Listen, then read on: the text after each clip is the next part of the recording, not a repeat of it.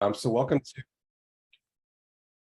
welcome to our Back to School Fall webinar series from the News Literacy Project and Newslit Nation Professional Learning. This is going to be our first session, which is an introduction to news literacy topics called What It Means to Be News Literate.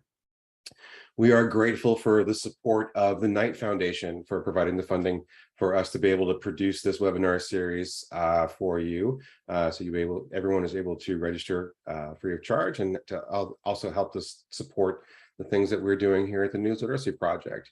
This session is being recorded, and the recording of the session, a link to this, will be sent out to everyone who registered within the next couple of days after today. My name is John Silva. I'm part of our professional and community learning team here at the News Literacy Project. Our main goal is to do things like we're doing this afternoon, which is to work with educators to help prepare them for teaching news literacy concepts. We also have some programs that we're expanding to include news literacy education for adult audiences, particularly community and civic organization partners. My email address is there at the lower left of your screen. If you'd like to reach out to me after today's session, if you have any questions or if you want to follow up, please feel free to email me directly. And I am fairly active on Twitter, and that's my Twitter handle there in the lower left. I don't have slides for them right now, but I'm joined with two of my amazing colleagues, Liz Price and Alexa Volland. They're going to be sort of dropping links in the chat, answering some of your questions, and helping make this session run smoothly. And they'll be also helping to reach out after today.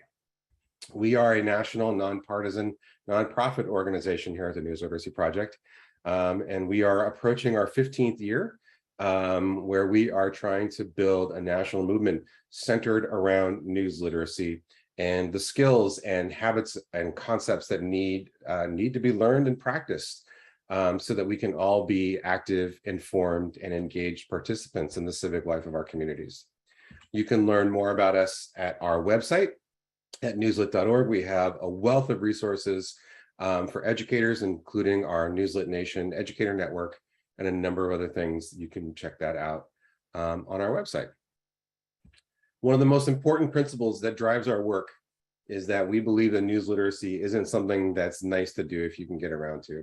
This is something that we absolutely must be doing, and we have to be doing it across grade levels and subject areas, because if you think about the overwhelming deluge of information that comes across our screens every day, and how complicated all of this information is, and the technology that's delivering it, coupled with the fact that the idea that our young people are digital natives, that somehow they are born with this inherent ability to use technology, it's a myth. We actually have to take a very clear, very deliberate, proactive effort to teach them how to navigate this information landscape, how to evaluate information, how to know what they can trust and what they can act on. Because if we don't do this, if we aren't teaching them how to do this, we are putting them at a major disadvantage. So what do we mean by news literacy? What is news literacy in the concept of the work that we do? For us, news literacy is very much a foundational part of the broader field of media literacy. Sorry about that. We forgot to turn on the transcript. Hopefully this will work going forward. I apologize for not doing that at the beginning. Thank you for reminding us. One of the most important parts of news literacy is that it's not about talking about what to think. It's about how to think. We want young people to be empowered and have the knowledge and the skills to be able to evaluate information and sources of information for themselves. And we want them to recognize that credible information can come from a wide variety of sources, but they need to know how to evaluate it for themselves. Central to this is the idea that we want to avoid the cynicism trap. So many adults in particular are very cynical about news and information. You hear people, you can't trust the media, as if it's some monolithic cooperative group of people. We want to talk about healthy skepticism. There needs to be a bar that can be reached where you can trust information from a source, and you have to be skeptical and willing and open to be able to get information. And first and foremost, especially when we're talking about civics and civic engagement and the upcoming midterm elections and so many things that are happening, not just in our communities, but around the world, is the importance of a free press. It is the work of journalists and news organizations that are shining lights in the dark corners and telling us about the things that are happening. And we absolutely have to understand just how vital the First Amendment and the free press is to being informed. And then finally, for us, this is a critical part of our mission, is that we are and we strive to be rigidly nonpartisan in the work that we do. So we're going to go into some three core concepts that we're going to be talking about tonight. And so these are things not only that we want to be teaching young people, but hopefully each of you will see something that you can learn and start to practice for yourselves or relearn and sort of rebuild some habits. It seems very simple on its face, but not everyone recognizes the difference between news and other things, especially types of information that look like news. And this is a very essential question when we approach this topic.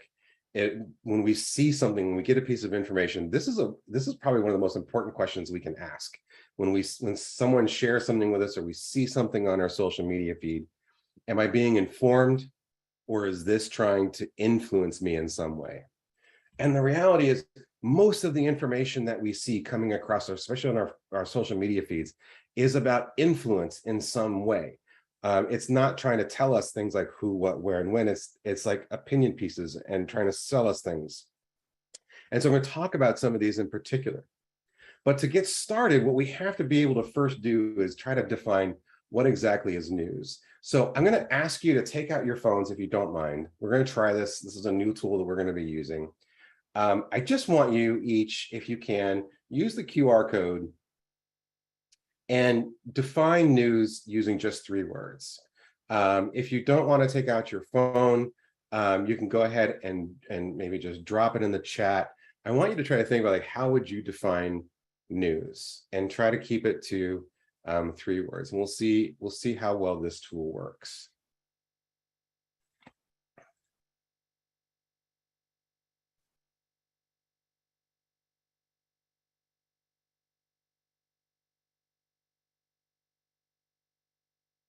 I'm just going to pause here for just a few seconds. So John in the chat puts public, factual, and relevant.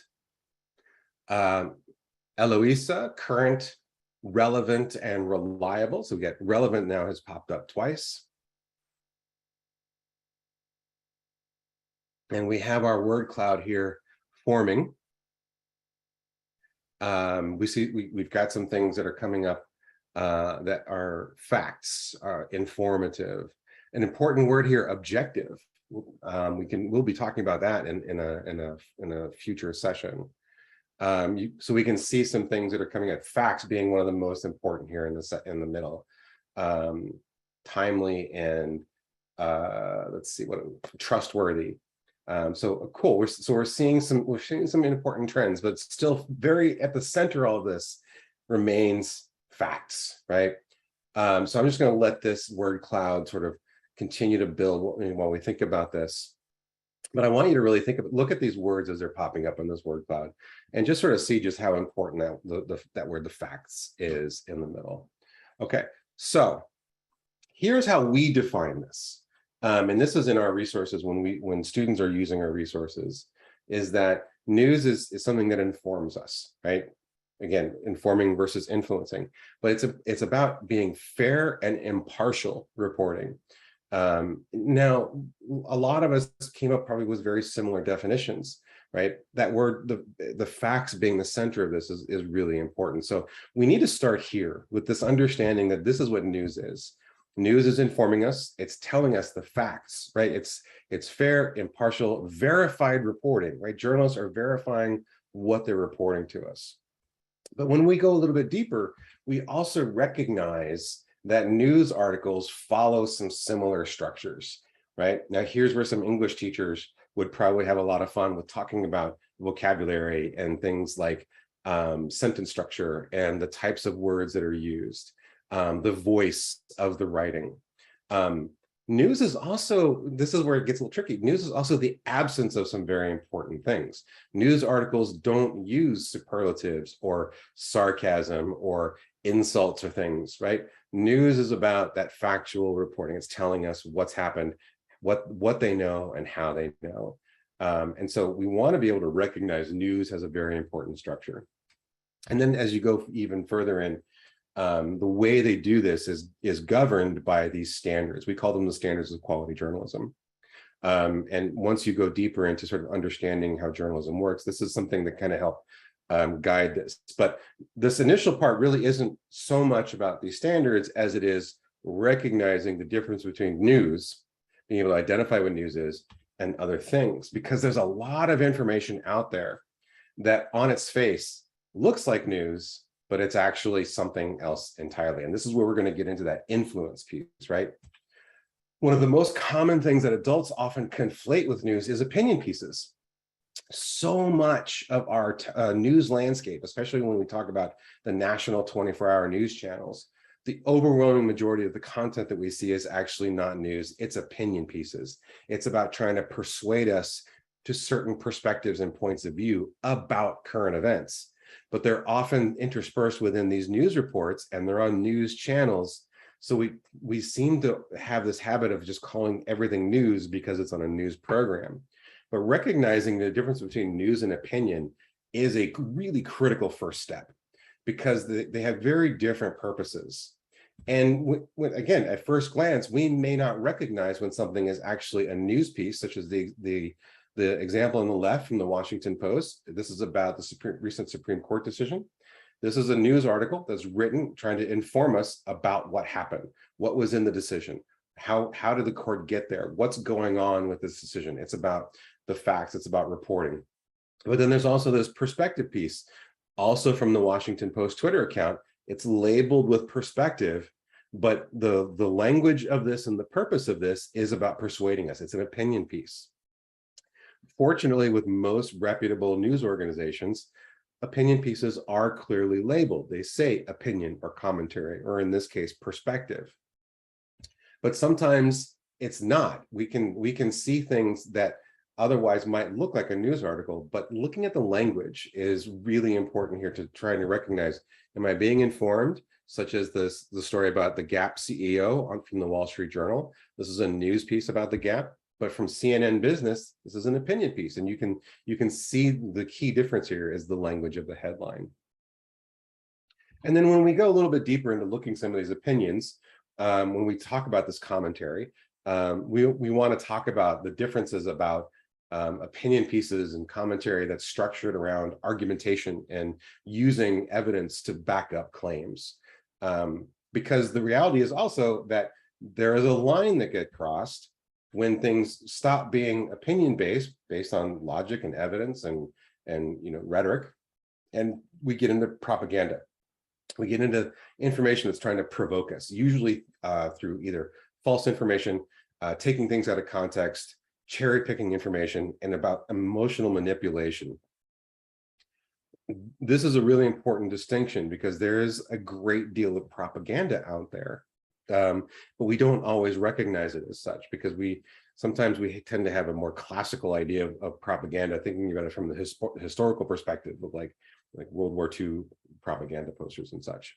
But the thing is that usually when we're talking about opinion pieces, there should be an ability to carefully and rationally evaluate the argument that's being made, and you can see why somebody is arguing something. But with propaganda, it's more about that blunt force, just trying to hammer a particular point home. There is a really great resource from the Newseum where you can use to teach about propaganda and recognizing propaganda, particularly in a modern context. They call it SEED. This is their taxonomy. And they talk about these very common techniques that are used in spreading propaganda. Oversimplification is very, very common, right?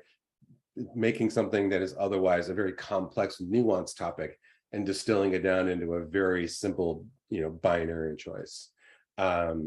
then division is also very, very common, right? Making it there's an in group and an out group, and if you're in the in group, you're good. If you're in the out group, you're bad. It's an oversimplification also, but these are very common techniques. But here's where it can get complicated, right? Here's this website that calls itself Natural News, right? They bill themselves as a news source. But if you just kind of take a look at some of the content that they publish, this is very much this deep in not just misinformation and propaganda for certain types of perspectives, but there's also some conspiracy theories in here, right? So just because someone calls themselves a news source doesn't mean they are news. And then one of the last ones that I want to mention, and this is where some people kind of get a little, not quite upset, but The Daily Show isn't a news program. John Oliver isn't a news program. Yes, we can learn about things. We can learn about some current events. We can know some things that are happening, but the purpose of these programs, the way that they're structured, what they're trying to do, it's more about entertainment. They're trying to entertain us. They're trying to make us laugh. And often in these things where they're using current events as their subject matter, there's also some opinion being expressed, and there's some commentary that's happening, and you can see political viewpoints in their content, right? So yes, you can learn about things that are happening, but this is really about entertainment. We also call this soft news. And then I'm sorry, there is one more. It's very subtle. It's very common, especially on local television news programs. But you can also see it occasionally on online news sources. It's advertising that's disguised as news, right? So in this, this isn't an actual video clip, but this is from a TV show in Tampa Bay called Morning Blend. And this is one of the hosts of the show. She's interviewing this guy, and she's talking to him about real estate. He's called Ideal Agent. And it looks like any other interview that might happen on a news program like this. But the reality is it's actually an advertisement. This guy paid this TV station to be able to do this. And it doesn't look like a commercial, it doesn't feel like a commercial. It's designed to mimic the other content that you would see on the show. But then towards the end, there should be a disclaimer that says that this was paid for by Ideal Agent, right? Some of them some sources are a little bit more upfront. It's a little bit more obvious. Others, it's kind of hidden. But this type of advertising, this type of sponsored content can be tricky to spot sometimes. And so this is sort of one of the introductory concepts of this. And this gets back to that essential question, which is we need young people to be able to know when to ask this question and how to evaluate information to be able to answer it in a reliable way. So I'm going to pause here for questions. So if you have a question, please feel free to drop it in the chat. I'm going to go back and look at a couple of things. The both sides issue. So Jennifer, both sides issue says, do students need to hear from enslavers as well as those who've been forced into enslavement? So both sidesism, which we also call neutrality bias, is a very tricky thing in journalism. And generally speaking, when a reporter, when a news organization is covering an issue, all relevant perspectives should be presented in that news report. And relevant is the really important word here, right? And one of the things that happens all too often is that some news organizations, some journalists, in an effort to avoid being perceived as bias, give voice to perspectives that actually aren't relevant and sort of framing things as a debate. We saw this a couple of years ago with vaccines in particular, right? We don't need to give equal voice to an immunologist or a scientist who's developing a vaccine and someone who has anti-vaccine beliefs that are rooted in misinformation and conspiracy theories, right? That's not a relevant viewpoint because it's not rooted in any kind of factual basis, right? We see it also with like climate science, right? People who deny climate science, we don't need to give them equal voice to actual climate scientists. And so when we talk about these things, it can get tricky depending on the topic. I think what the example what you're saying is like, the enslavers or people who are enforced into enslavement. I don't think we need to really give a lot of voice to people who would say slavery was good in any way, right? I think that's one of those things that we can universally say that, like, any benefit that may have come from it's fruit from the poison tree. So that's something that's important when we talk about news media bias and we talk about where we get information, is that we want to see all relevant perspectives, not everyone that has it, right? Just because somebody has an opinion doesn't necessarily mean that they have to be able to share it. How do you guide people to evaluate and monitor a media source for journalistic standards? So we have a number of resources, Carolyn, on our website about understanding bias. One of the most important first steps, and this is something that we talk about in the lessons that we have on that, is that any discussion about bias must only focus on news, right?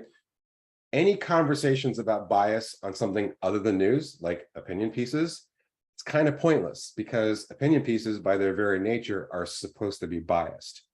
And so one of the things that we try to teach in our resources is that bias in news coverage is often subtle and nuanced, and we have to look for ways to be able to evaluate. So for example, the language that is used to describe a group of people. So for example, if you have a journalist from a large urban news organization and he's doing a story on a rural community and he calls them simple God-fearing folk, right? We may not necessarily recognize that as bias, but it actually is. And he's committing kind of a demographic bias there. But we have a number of resources. Either Liz or Alexa will drop a link to that. We can go into some of the neutrality bias, right? It's not really both sides. We often call it both sidesism, right? But you're right, it's not both sides. We call it neutrality bias. In an effort to seem neutral on an issue, we allow a perspective that's not relevant, and so that's kind of how we get there. Okay, if you have other questions, please feel free to drop them in the chat. I'm going to move on to the next section, and we will try to get caught up.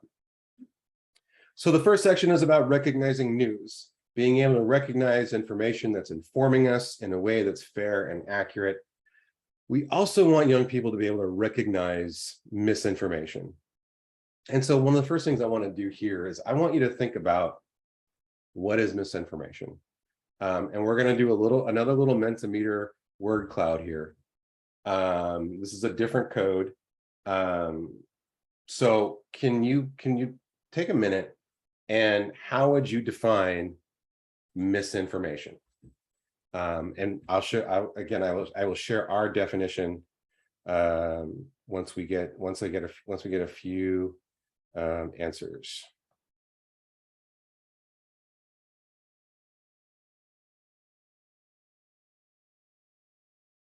Oops.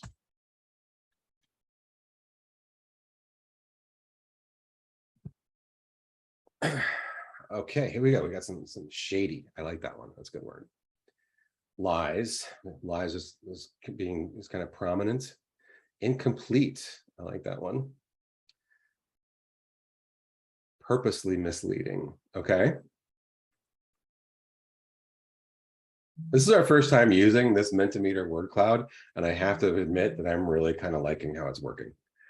Almost lies. That's a really interesting one there. Almost lies. Mistruths. Misleading seems to be one of the most prominent words here. Manipulative. Interesting. Okay. I see a couple people put unintentional. We often don't think about unintentional in terms of misinformation, I think, so it's good to see that people are thinking about that. Partial truths, emotional. Okay, so here's the thing. Misinformation is a very broad term. Quite literally, anything that can be considered one of these things can be considered misinformation. And one of the most important things to emphasize when we start talking about this is that intent is actually not relevant to determining or defining something as misinformation. Intent is actually a separate part of the conversation. And that's when we kind of get into things a little bit deeper. So this is the reality. So many things can be considered misinformation. And so when we start this, we have this very broad concept.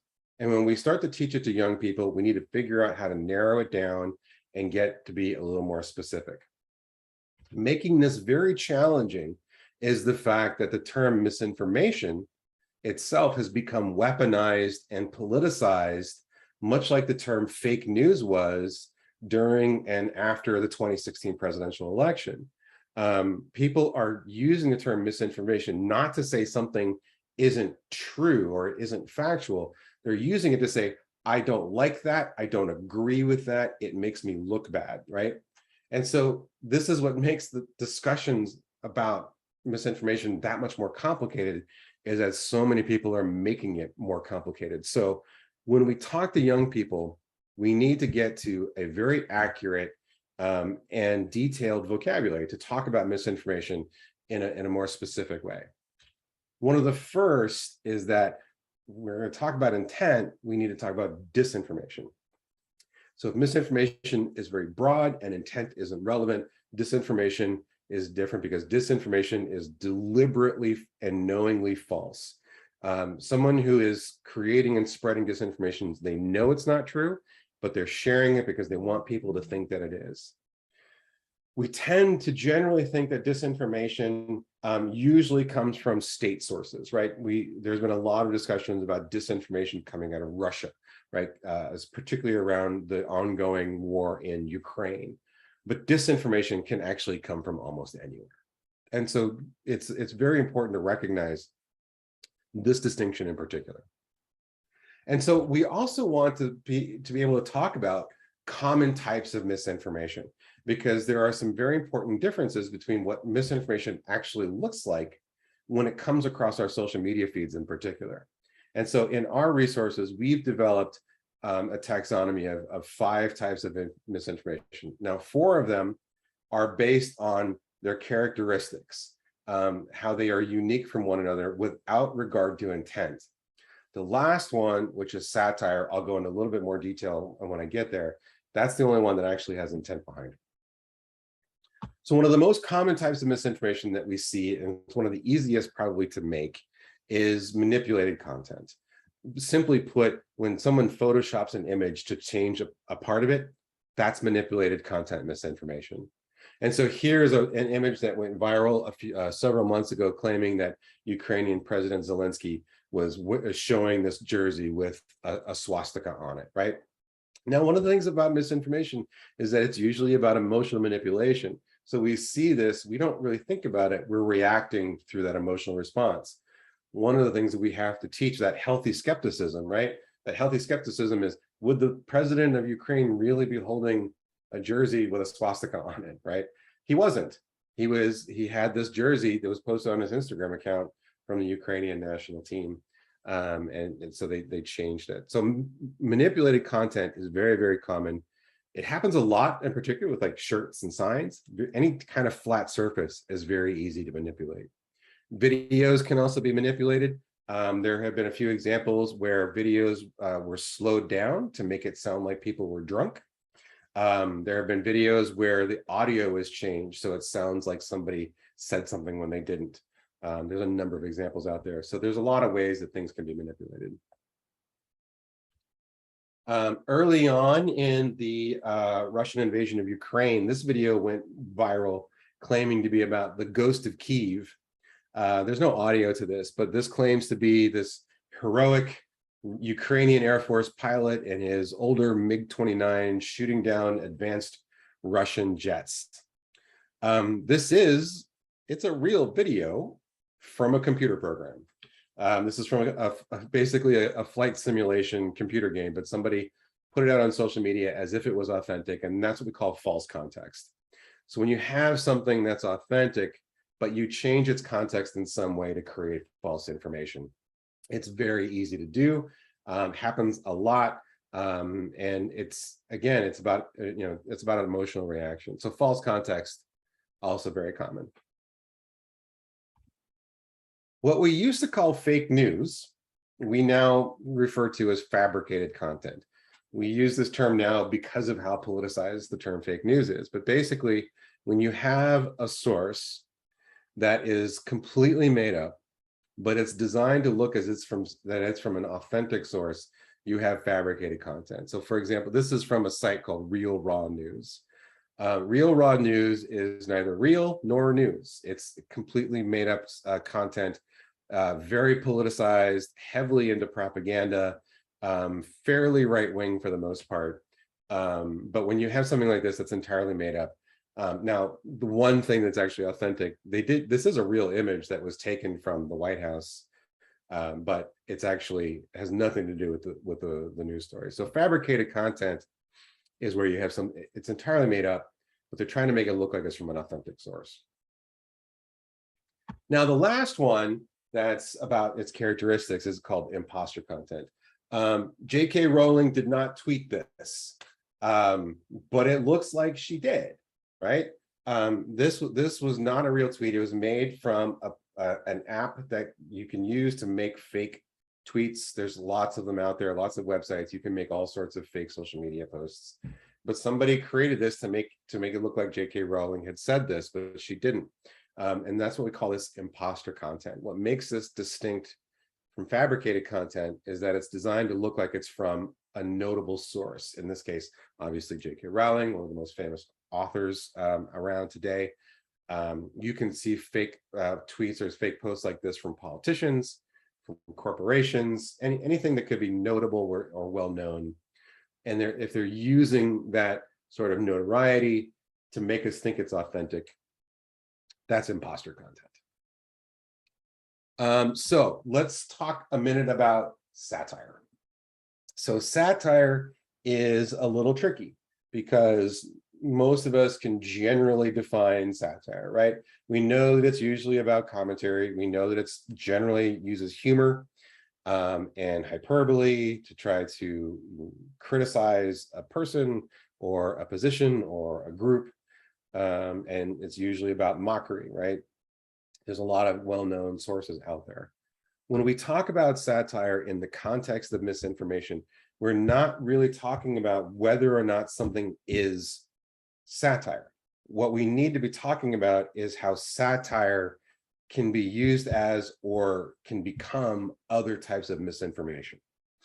One of the really important things to remember about satire is called Poe's law.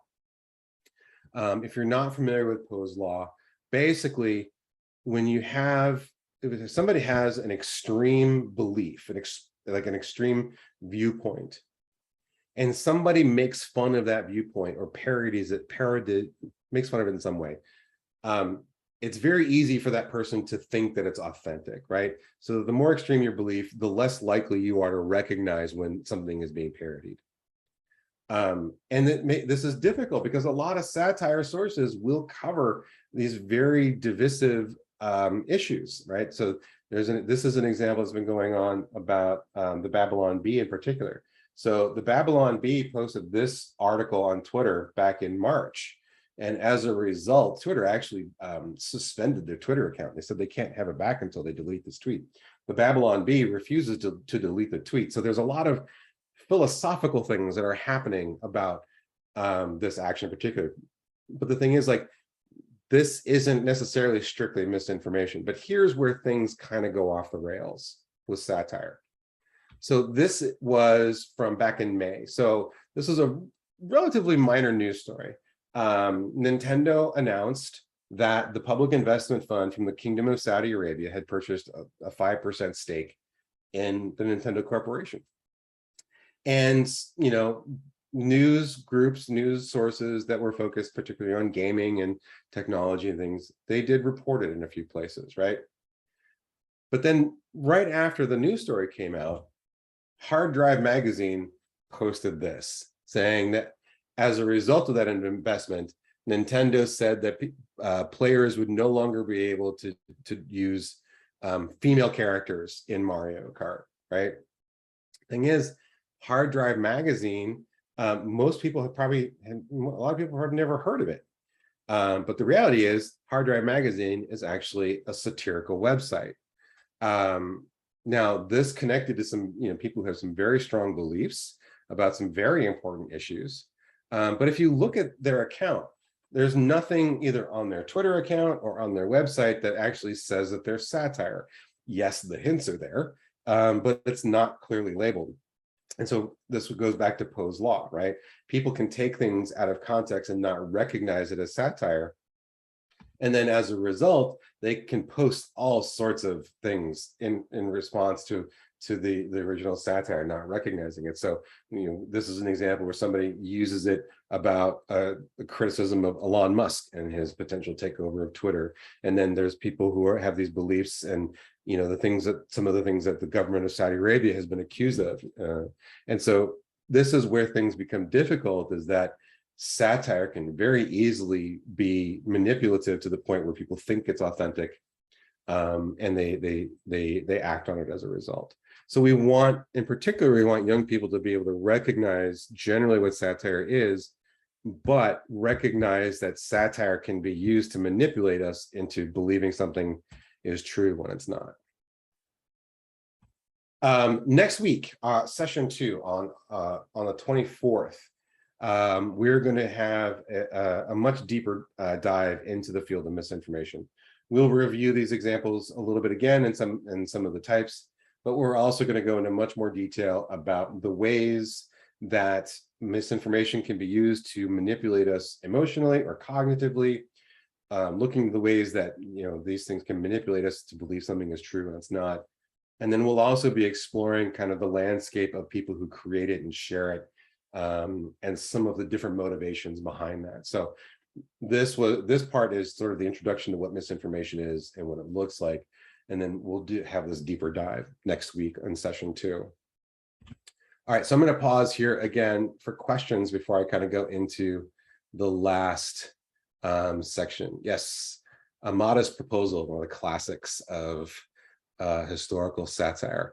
In case you didn't see in the chat, yes, we will make a PDF of the slides available to everyone who registered. Can imposter content be tried as liability or identity theft? It's tricky because imposter content by its definition is usually about people who are notable or famous. And there is some interesting case law about protecting parody and satire, right? And it kind of depends on the purpose, right? If somebody makes a fake account claiming, that J.K. Rowling said this when she didn't, there are some protections in there. But if you are imitating J.K. Rowling for some sort of financial gain, you're committing fraud. That's a much more clear example. Yes, so Liz has been dropping some links to some of our resources. You'll be able to see this. If you registered for this session, you're registered for all 6, and you will be able to get all the links to each session, but also the recordings and all those things. Okay, I'll just pause for one more second to see if there are some questions, and then I will jump into the last section. Cool. Oh, thank you, Emily. I'm glad you're excited. We're excited to be working with you this year. We got a lot of cool stuff going on. Okay, so how do we know if something's true or not? How do we verify information for ourselves? There are some very important introductory fact-checking skills that we need to be teaching young people. And we define them with these 3 types. And I'm going to use one example to kind of illustrate all 3 of these. But these are some things. Part of this is about that healthy skepticism, about asking questions, and then about being able to verify information. So we don't often think about it, but just observation is such an important first step when we see something, especially if we're having a strong emotional reaction to something, or if we suspect something might not be true, or we think we might be being manipulated in some way. Remember, a lot of information is trying to influence us, right? It's trying to make us feel something or trying to tell us to think a certain way. Observation is the pause that's really important to always say, okay, I'm going to take a second. I'm going to look more closely at this. And what happens by doing that is that you're actually kind of turning off your initial emotional response. And now you're turning on a more rational, critical thought process. So observation is really important just for that pause. So much misinformation would probably not go as viral if more of us would just pause for a few minutes, right? So I'm going to use this example. Steve Irwin, the crocodile hunter, and Mr. Rogers taking a picture together with a Bob Ross Good Vibes Only t-shirt and a rainbow in the background. This is just like one of the most feel-good images you can possibly imagine, right? But when you're having those feels, when you've got that emotion going on, you're being manipulated, you're being influenced, and you may not recognize and you may not ask some questions about whether or not it's authentic. So I'm going to ask you to take a close look. Take a close look at this image, do some observation. And if you see something, drop it in the chat. What do you see? What makes you question that this image may or may not be authentic? What makes you skeptical when you look a little bit more closely at this? If you see something, go ahead and drop it in the chat. Wanda says the shadows are not the same, right? Simon points out that the lighting is different. Steve Irwin seems to be cropped weird, right? So it's like right here at the shoulder, right? Yes, they are sadly both deceased. Shirt looks photoshopped, okay. Yeah, there is no context about when this was taken, right? Different resolutions, right? So Phil noticed the different resolution of the images.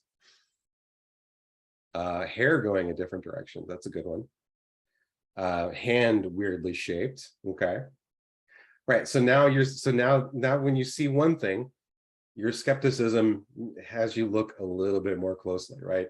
So there's several things, right? And everyone sort of noticed the most important things, right? The lighting is different, obviously. If you look at the edges of Mr. Rogers' shoulder, right? There's some weird distortion, some pixelation, especially like the lighting of his lower arm there, right? One thing is also like, under what circumstances would these two be together having their picture taken, right? Would Mr. Rogers be wearing a Bob Ross t-shirt, right?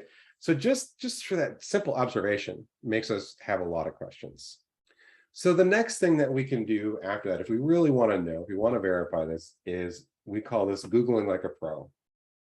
We want to teach some very important search skills, right? With the idea being, we want to look for more information. We want to learn what other people are saying.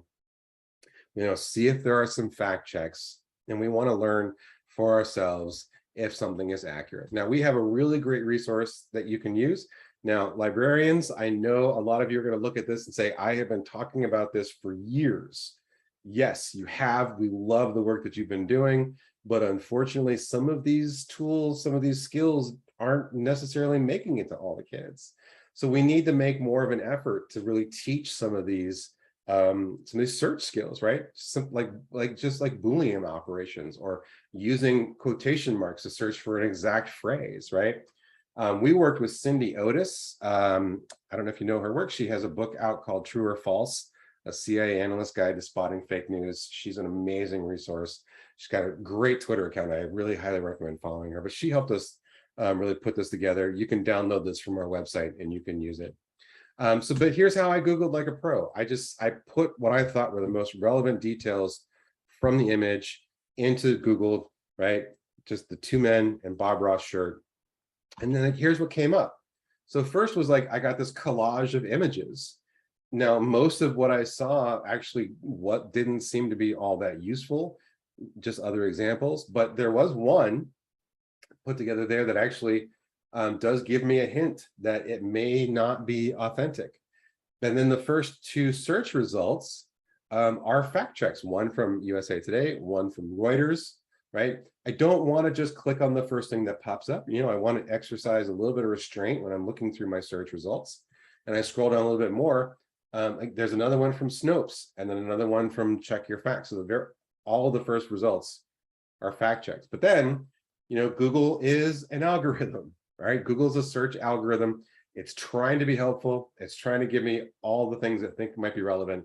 And so it also is suggesting some t-shirts that I could buy, which is not helpful. So we want to exclude that. And so just by looking at the search results, I have 4 different fact checks that tell me that it's not authentic. The other search tool that we can use is called a reverse image search. This is really only for images. And this is a specialized search tool where we are trying to match the pixel patterns of an image with the pixel patterns in a search database. Now, this used to be a lot easier in Google, but a while back, Google made this more complicated because it's trying to make everybody use Google Lens.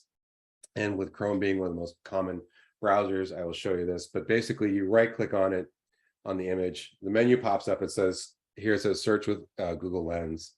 So Google Lens is trying to show me all sorts of different things, right? It identifies all 3 men that are mentioned in the image, right? Bob Ross, Steve Irwin, and Fred Rogers. But it's also kind of showing me some weird results about Bob Ross. It's showing me other examples of that same image.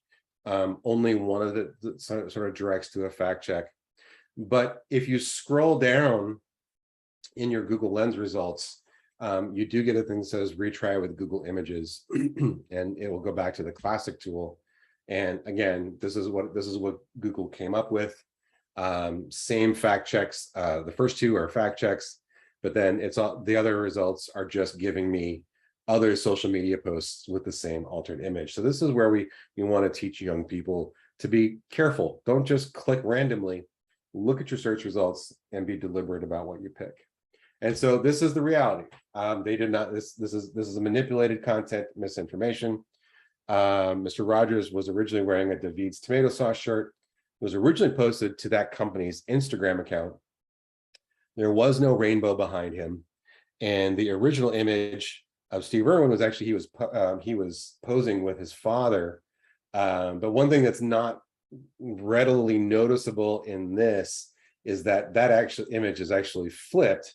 If you look closely, you can see that Bob Irwin's hat is backwards. So they flipped that image, cropped out Bob Irwin, mashed them together, and created this manipulated content misinformation. So with these 3 key topics, this is really the foundation that we need to be laying for young people to learn how to be informed, active, and engaged participants in the civic life of their communities, right? We have to know when we're being informed. We have to know when we're being influenced. We have to approach information from a perspective of being skeptical, not cynical. If you're cynical, you're never going to be reliably informed because you're not going to trust information from anywhere, right? You cannot be credibly, reliably informed if you are cynical about all sources of information. So we got to pull, especially middle schoolers, and I know some of you will agree with me, middle schoolers tend to be very cynical by nature. So really important to emphasize this, that yes, there are sources you can trust. And we want them to make sure that they know how to verify information. Okay, so we're sort of wrapping up here for this first session. I'll take some questions here in a second, but I want to mention a couple really important things that are coming up as part of our back to school efforts. So this is session 1 of our News Literacy webinar series. Next week, I have our session, I'll be leading on exploring the misinformation landscape. On the 31st, we have a very special session. We have some young people from the organization Teens for Press Freedom are going to be leading a session with Alexa Volland, talking about how misinformation affects them, right? We want to hear from these young people who are very active and very engaged in this work, and they've got some really important things to say, and we think you would love to hear from them. And then the 3 sessions in September, the 7th, the 14th, and 21st, are going to be led by journalists. We've had some changes to the original schedule. We are working on finding some journalists and some topics for those 3 sessions. So you'll be learning directly from some journalism professionals for parts 4, 5, and 6. If you missed our session earlier today about getting rolling with Checkology, we have another session coming up on Monday, on August 22nd at 7 p.m. Eastern. You can learn about the Checkology virtual classroom, including some of our really cool new lessons. We have a one that launched towards the end of last school year about editorial cartoons.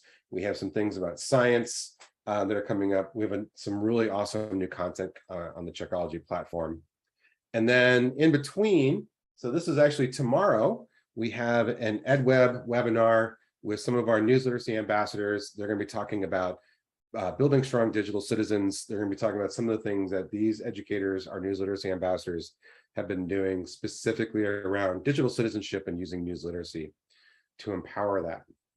We would love for you to consider joining Newslit Nation. This is the network of educators from around the country that we are building. We're going to be working with people throughout the year, trying to get people to work together and support one another and share and collaborate to advocate for and to teach news literacy. Part of that effort is we have these Newslit Nation ambassadors around the country. If you are in one of these areas, you can go to our website and you can get in touch with them, and they would be happy to help support you.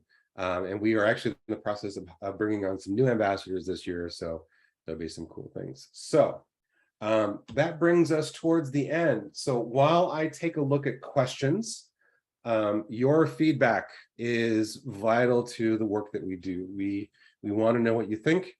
I'm hoping that you found this session to be useful and informative and relevant. I'm hoping you have some ideas and some resources to get ready to start your school year. I know some of you have already started. Some of you are starting very soon. I know here in Chicago, my son is starting 7th grade on Monday, and I'm not allowed to talk about it because it's traumatic for him to be starting, but so school years are starting. So please, if you can, please take a few minutes and just give us your feedback. It would be greatly appreciated. So I am going to go back and look at some questions. Okay, so we got a link to Cindy's Twitter account. Boolean operations. I've taught information literacy at the college levels, and it continues to be an eye-opener. Yes, people don't often think that it's important. People think they know how to search effectively, but reality is most people don't. Michelle, you can do reverse image search on both an iPhone or an Android. If you go into the App Store or the Google Play Store, there are a number of great apps that are out there. You want to look for one that will search multiple search engines. So for example, a lot of them will do Google Images, TinEye, and I forget the Russian one. But you want to look for one that will search multiple search engines. You also can look for ones where you can actually either upload a photo or share a screenshot. Yes, in Google, if you go into Google Images, you go into Photos on Google, if you pull up an image, there is a way that you can actually use Lens to search an image directly from there. So there's a number of ways that you can do it on a mobile device. TinEye is also very effective. On Chromebooks and Google Lens, yeah, there are some weirdness. There's weirdness that happens with some of those, especially if students are on a school network and there are some restrictions. You can go to images.google.com and you can either paste the URL of an image, or you can upload a photo, or you can do very similar things at TinEye. We will post a link to some of our reverse image search skills. David, we would love a session on what news looks like on Instagram and TikTok. I am very fortunate that Alexa Volland, who recently joined my team, is pretty much an expert, especially on TikTok and especially how young people are using it. That is definitely a topic we are going to be exploring this year. Because we want to meet kids where they are, right? We want to recognize how young people are accessing information. Yeah, TikTok is really important. TikTok has a massive misinformation problem. I think they spend way too much time policing whether or not people are showing too much skin as opposed to whether or not people are spreading conspiracy theories, right? But we are looking into that. Alexa will be working to develop something like that. And yeah, we really want to be able to do that. Social media literacy, that is another topic we're going to be looking into at some point. Jake Lloyd, who's actually on here, he is our social media guy. We've worked with him to develop some things. But the thing is, when we talk about misinformation and when we talk about evaluating information, these skills are not unique to any one particular platform. You can verify information using Google from anywhere. It's really about recognizing when to check something and how to check something. So you can see a crazy conspiratorial claim on Instagram or TikTok or any of these things, and you can either take a screenshot and search that, or you can just go open up a browser and search some key terms, right? It's not about particular platforms. Some of the things about the social media platforms, which is, I think is, a lot of people, we're doing a lot of good there, but there's a lot of other dangers about social media, especially with young people. But being able to recognize when you're being influenced, when you're being manipulated, especially if you're being bombarded with conspiracy theories, that's really important. We are aware of some things in New Mexico about mandating media literacy. We're actually tracking state level standards relating to media literacy and news literacy, and we're going to be working to see about how we can support the work that educators are doing to meet those standards.